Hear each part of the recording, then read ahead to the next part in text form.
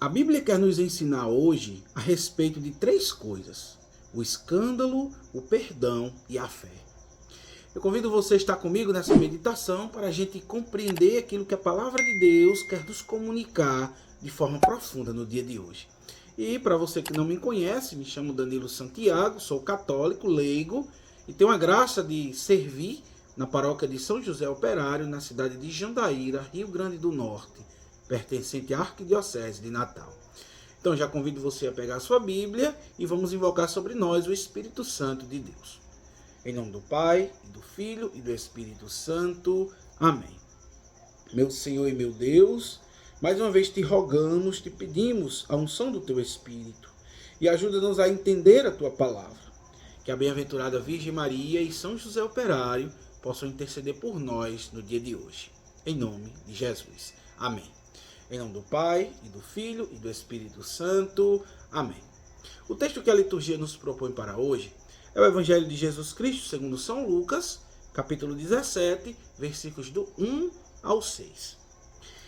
Aqui é interessante que hoje a igreja celebra, em sua memória litúrgica, um grande santo, São Leão Magno, ele que foi Papa e é doutor da igreja. Que São Leão Magno possa interceder por nós no dia de hoje para que possamos compreender a palavra de Deus. E o texto bíblico, ele vai nos mostrar, como eu falei no início, ele nos mostra que Jesus ensina seus discípulos a respeito de três coisas: o escândalo, o perdão e a fé.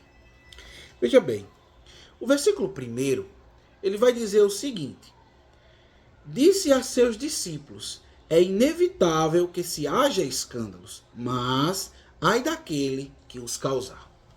Vamos entender isso aqui. Primeiramente, Jesus, ele diz aos seus discípulos que é inevitável que se haja escândalos. Agora, primeiro nós precisamos entender qual é a definição de escândalos. E a isso a gente vai recorrer à igreja. Então, o número 2284 do Catecismo da Igreja Católica vai nos dar uma definição belíssima do que é o escândalo. E aqui eu quero ler na íntegra o que o Catecismo vai dizer. O escândalo é a atitude ou o comportamento que leva outrem a praticar o mal. Veja, o escândalo aqui é aquele que é pedra de tropeço para o outro. É aquele que com suas atitudes, com seu comportamento, leva outras pessoas a praticarem o mal. E aqui é um ensinamento que a palavra de Deus tem para nos dizer hoje. Nós precisamos ter cuidado com o escândalo. Por quê? Porque nós também podemos ser escândalo, ou seja, nós podemos ser pedra de tropeço para outras pessoas. Isso me lembra aquilo que o apóstolo São Paulo vai dizer: você que está de pé, cuidado para não cair. Ou seja, se eu estou caminhando nas virtudes, se eu não buscar vigiar, se eu não buscar as virtudes, uma vida voltada à santidade, eu posso ser pedra de tropeço para outras pessoas e escandalizar outras pessoas com minhas atitudes, com meu comportamento. Veja, Jesus ele deixa bem claro que é inevitável que se haja escândalos. Meu irmão, minha irmã, sempre vai haver escândalo. Até o dia que Jesus vai voltar. Por quê? Porque o Senhor nos deu a liberdade de escolha. Então muitas pessoas são pedra de tropeço para outras por causa das decisões que tomam. E são decisões de forma errada. Por exemplo, alguém que está se tratando com o vício do alcoolismo, por exemplo. Então o que acontece? Se você tem companheiros ou pessoas que te chamam para bebedeiras, para se embriagar, então você está sendo pedra de tropeço para o outro, porque você está levando o outro a cometer um pecado. Ou seja, se embriagar e não consegue fazer com que o outro lute contra o vício. Isso em qualquer área da nossa vida. Agora, olha o que Jesus vai dizer para aquele que causa o escândalo. Isso nós temos no versículo 2. Melhor lhe fora ser lançado ao mar com uma pedra de moinho enfiada no pescoço, do que escandalizar um só desses pequeninos. Veja, Jesus diz que para aquele que causa escândalos, é melhor que ele coloque uma pedra no pescoço e se atire ao mar. Veja, o que deve acontecer com aqueles que provocam o escândalo. Então aqui é algo que nós precisamos ter cuidado com isso. Por quê? Porque nós que somos chamados à santidade, nós precisamos ter uma vida íntegra, uma vida voltada para as coisas do alto, uma vida que faça com que nós escolhamos Jesus e sua forma de vida. Agora, quando a gente avança um pouco, a partir do versículo 3, vai dizer assim, acautelai-vos, e aí entra no tema do perdão. Se teu irmão pecar, repreenda-o. Se ele se arrepender, perdoa-lhe. Veja, aqui nós temos duas realidades. Primeiro, se teu irmão pecar, repreende-o.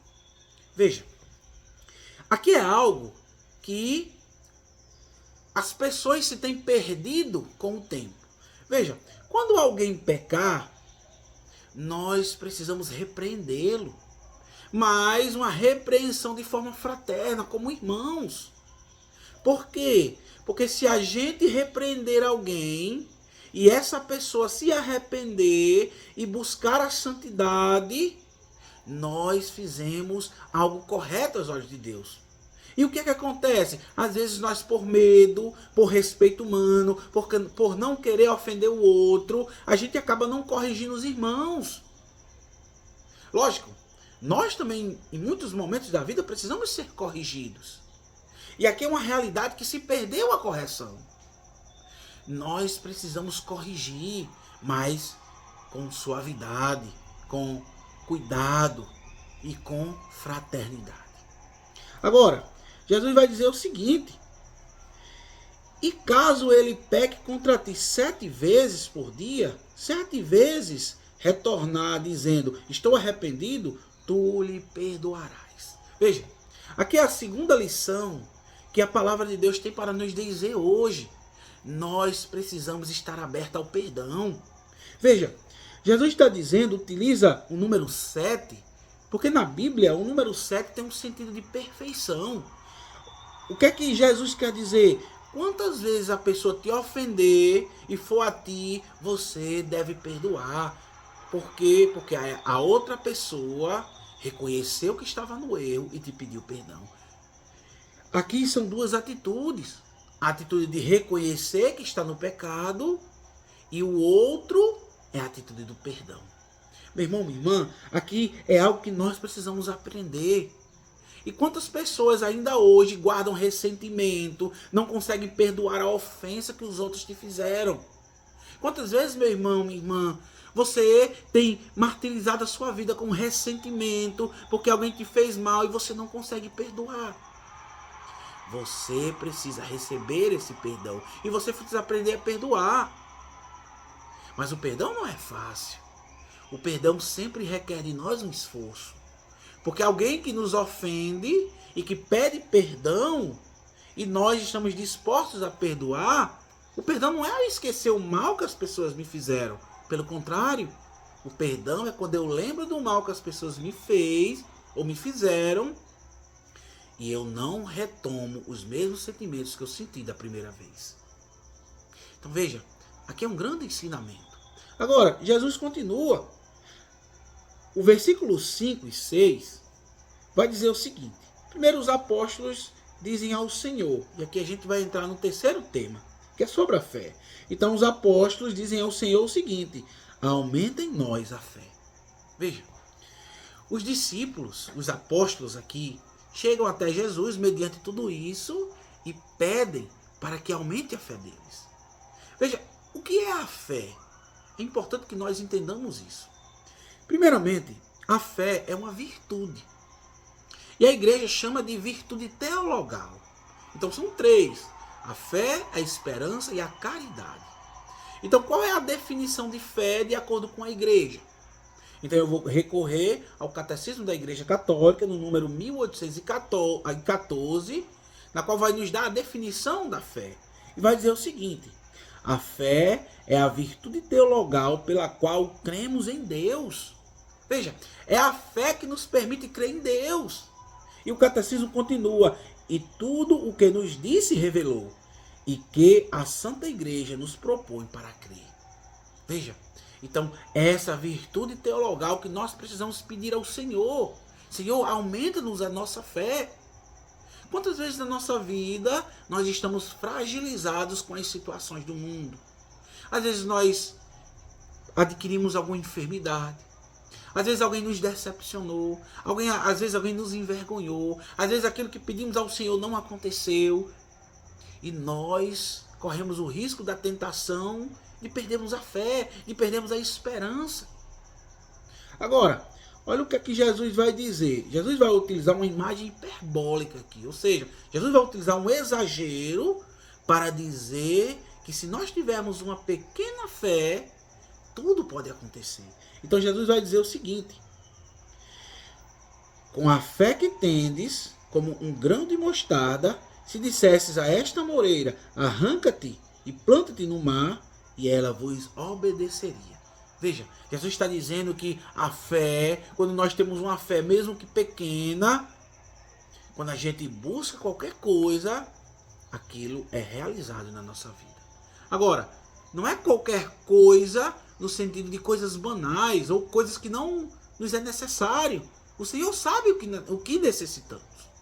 Então veja, hoje a palavra de Deus está nos chamando a essas três realidades. Eu quero recapitular para concluir essa meditação. Primeiro, o escândalo. O Senhor nos chama a atenção para que tenhamos cuidado com o escândalo. Segundo, o perdão. Precisamos perdoar, mas também precisamos ser corrigidos e corrigir aos irmãos para que se arrependam. E terceiro e último ponto, sobre a fé, que é a virtude teologal que nos permite crer em Deus, que nos permite crer naquilo que a igreja nos ensina. Então, meu querido irmão, minha querida irmã, que Deus te abençoe, que Deus nos ajude a conduzir a nossa vida e que a cada dia busquemos as virtudes necessárias e uma vida de santidade para que um dia a gente consiga a glória do céu. Louvado seja nosso Senhor Jesus Cristo, para sempre seja louvado.